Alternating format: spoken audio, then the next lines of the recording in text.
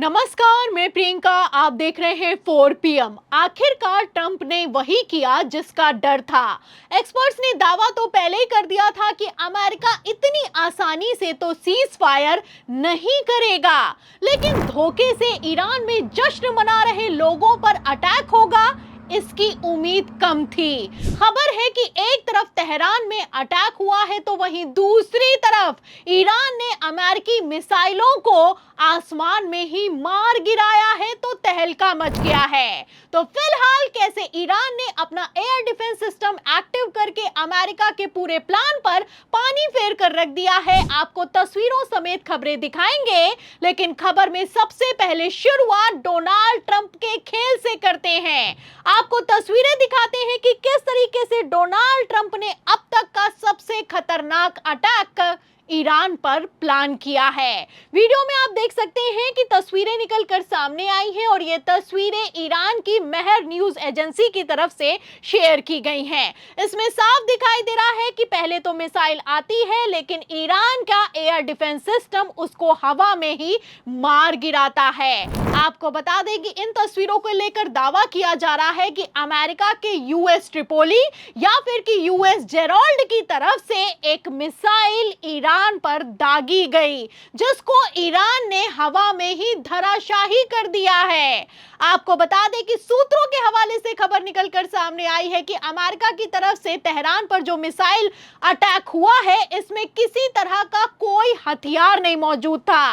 मतलब मिसाइल में किसी तरह का कोई वॉरहेड नहीं लगा हुआ था। सिर्फ इस मिसाइल को दाग कर अमेरिका ये चेक करना चाहता था कि ईरान का एयर डिफेंस सिस्टम कितना मजबूत है। फिलहाल मजबूती का अंदाजा आप लगा सकते हैं कि एक तरफ तो ईरान में जश्न चल रहा है। ईरान में जब से सीज फायर हुआ है उसके बाद से कैसे मिसाइलों को निकाल कर जश्न मनाया जा रहा है, आप जानते हैं। फिलहाल इसी जश्न के बीच जब मिसाइल आई है तो वो मिसाइल हवा में ही हवा होती हुई दिखाई दे रही है। आपको बता दें कि ये तस्वीरें अमेरिका के लिए बेहद फजियत वाली हैं। ये तस्वीरें इंटरनेशनल मीडिया में छाई हुई हैं। एक तरफ ईरान ने दावा किया है, वहीं दूसरी तरफ मैं आपको बता दूं कि इस खबर को भी कंफर्म कर दिया गया है। खबर आप देख सकते हैं, आज की ये खबर है और इसमें साफ लिखा हुआ है कि Iranian air defences activated after drones detected. मतलब आप समझ सकते हैं कि ये आज की खबर है और सीज फायर के बीच की खबर है। कहने को तो सीज फायर है, लेकिन फिर भी तेहरान और ईरान पर ड्रोन दागे जा रहे हैं। अमेरिका अपना मिसाइल टेस्ट करता हुआ नजर आ रहा है। फिलहाल इस टेस्ट में डोनाल्ड ट्रंप पूरी तरीके से फेल हो गए हैं। सूत्रों के हवाले से खबर निकलकर सामने आई है कि ईरान जो एयर डिफेंस सिस्टम इस्तेमाल कर रहा है वो रूस की तरफ से प्रोवाइड किया गया है। मतलब अमेरिकी अगर मिसाइल आई है और उसको ईरान ने हवा में ही मार गिराया है, ये अपने आप में कोई छोटी बात नहीं है। वैसे भी पहले ही चाइना की तरफ से कैसे हथियार ईरान की तरफ सप्लाई किए गए, ये किसी से छुपा हुआ नहीं है। और अब आप देख सकते हैं कि ईरान सिर्फ खड़ा नहीं है, बल्कि ईरान रूस और चाइना के साथ मजबूती में खड़ा है। ईरान के पास ऐसा मजबूत एयर डिफेंस सिस्टम है जिसे अमेरिका भी भेदने में नाकामयाब साबित हुआ है। आप अच्छे से जानते हैं कि जब जंग की शुरुआत हुई तो ईरान को भारी नुकसान हुआ, क्योंकि उसका एयर डिफेंस सिस्टम मजबूत नहीं था। लेकिन उसके बाद F-35 से लेकर F-15 तक ईरान ने मार गिराए। उसके बाद डोनाल्ड ट्रंप कितना बौखलाए और मीटिंग में चीखे चिल्लाई, ये किसी से छुपा हुआ नहीं है। फिलहाल एक तरफ डोनाल्ड ट्रंप की हालत खराब है, वहीं दूसरी तरफ मैं आपको बता दूं कि अचानक से अमेरिका ने अपने बचाव के लिए USS George H.W. Bush aircraft middle east में तैनात कर दिया है। आपको बता दें कि ये जो एयरक्राफ्ट कैरियर है, ये किसी तरह का कोई अटैक नहीं करता है, जबकि जब अटैक होता है तो उससे बचाव करता है। तो खुद को बचाने के लिए अमेरिका तैयारी कर रहा है। वैसे भी मैं आपको बता दूं कि अमेरिका की तरफ से स्ट्रेट ऑफ हॉर्मुज पर टोटल 3 कैरियर्स, 27 शिप्स और इसी के साथ 41% से ज्यादा एक्टिव फ्लीट वहां पर अभी भी तैनाती में लगी हुई है। इससे आप समझ सकते हैं कि कुछ तो बड़ा होने वाला है। अगर बस चलता तो अब तक डोनाल्ड ट्रंप ने अटैक भी कर दिया होता, लेकिन चाइना और रूस की मजबूती के चलते ईरान अभी भी खड़ा हुआ है। फिलहाल अगर स्टेट ऑफ हॉर्मोज की बात की जाए तो यहां पर लगातार तैनाती बढ़ाई जा रही है, लेकिन फिर भी अमेरिका प्लानिंग के बावजूद ईरान पर अटैक नहीं कर पा रहा है। अमेरिका ये अच्छे से जानता है कि अगर स्टेट ऑफ हॉर्मोज पर एक्शन लिया तो अमेरिकी सैनिकों की जान खतरे में आ जाएगी। वैसे भी एक्सपर्ट्स ने पहले ही कह दिया है कि ईरान के स्टेट ऑफ हॉर्मोज पर ईरान की ही बादशाहत है। यहां पर कैसे माइंस बिछाई गई हैं और कैसी तैनाती है ये किसी से छुपा हुआ नहीं है। और वैसे भी अमेरिकी नेवी ने भी कह दिया है कि अगर स्टेट ऑफ हॉर्मोज पर अगर अमेरिकी जहाज उतार दिए तो उन्हें बचाना तो दूर की बात है, उन्हें एस्कॉर्ट तक नहीं कर पाएंगे। तो फिलहाल इन खबरों से आप अंदाजा लगा सकते हैं कि आखिर क्यों डोनाल्ड ट्रंप ईरान की शर्तों के सामने सरेंडर करने के लिए मजबूर दिखाई दे रहे हैं।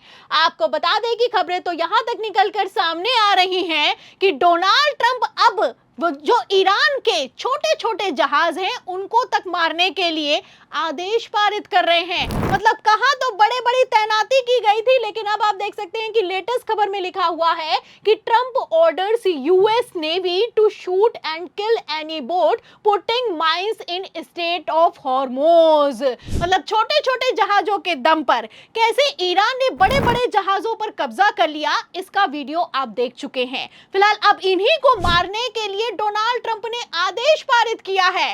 मतलब सुपर पावर देश अमेरिका अपनी मीटिंग में ईरान के छोटे छोटे जहाजों पर डिस्कस कर रहा है और कहना है कि जो जो माइंस बिछा रहे हैं उन जहाजों को वहीं पर मार कर खत्म कर दो। फिलहाल जहाजों को भले ही अमेरिका मार देगा, लेकिन इन माइंस को हटा पाना जो कि स्टेट ऑफ हॉर्मोज पर ईरान ने बिछाई हैं, उनको हटाने में लगभग 6 महीने से ज्यादा का समय लगने वाला है। और ये पेंटागन का खुलासा है।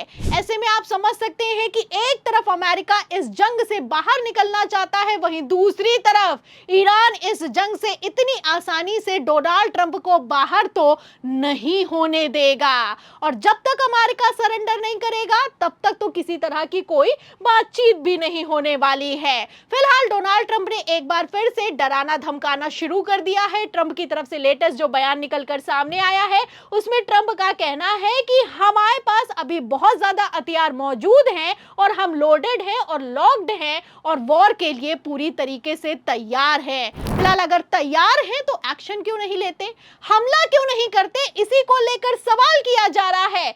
आपको बता दें कि खबरें यहां तक निकलकर सामने आई हैं कि ईरान की जंग में अमेरिका पूरी तरीके से खाली हो चुका है और इसे डोनाल्ड ट्रंप छुपाना चाहते हैं, इसीलिए गीदड़ भभकी देते हैं और भाग जाते हैं। खबरें तो यहां तक निकलकर सामने आई हैं कि चीन के लिए जो मिसाइलें रखी हुई थी वो तक अमेरिका ने तेहरान पर दाग दी हैं। आपको बता दें कि CNN की रिपोर्ट ने खुद दावा किया है कि पेंटागन किस तरीके से हथियारों की कमी से जूझ रहा है और दोबारा से अगर जंग शुरू होती है तो अमेरिका की नेशनल सिक्योरिटी तक को खतरा हो सकता है। फिलहाल ऐसा बिल्कुल भी नहीं है कि अमेरिका के पास हथियार नहीं है। अमेरिका के पास हथियार हैं और ताकतवर हथियार है, लेकिन अमेरिका उन ताकतवर हथियारों से अगर 10 मारता है तो ईरान छोटे छोटे हथियारों से 100 मारता है। अब यहीं पर अमेरिका की चूक हुई है, क्योंकि अमेरिका के हथियार तो ईरान इंटरसेप्ट कर पा रहा है, लेकिन उधर से जो सैकड़ों की तादाद में हथियार आते हैं, मिसाइलें आती हैं,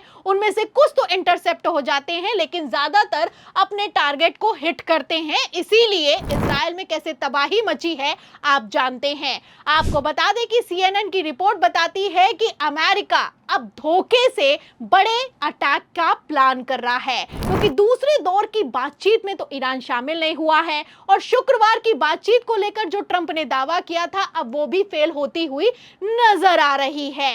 फिलहाल ईरान ने तो कह दिया है कि जब तक नाकेबंदी नहीं हटेगी तब तक बातचीत नहीं होगी। तो फिलहाल जैसे हालात हैं, क्या डोनाल्ड ट्रंप नाकेबंदी हटाएंगे या फिर कि ईरान पर फिर से अटैक करने की हिम्मत जुटा पाएंगे?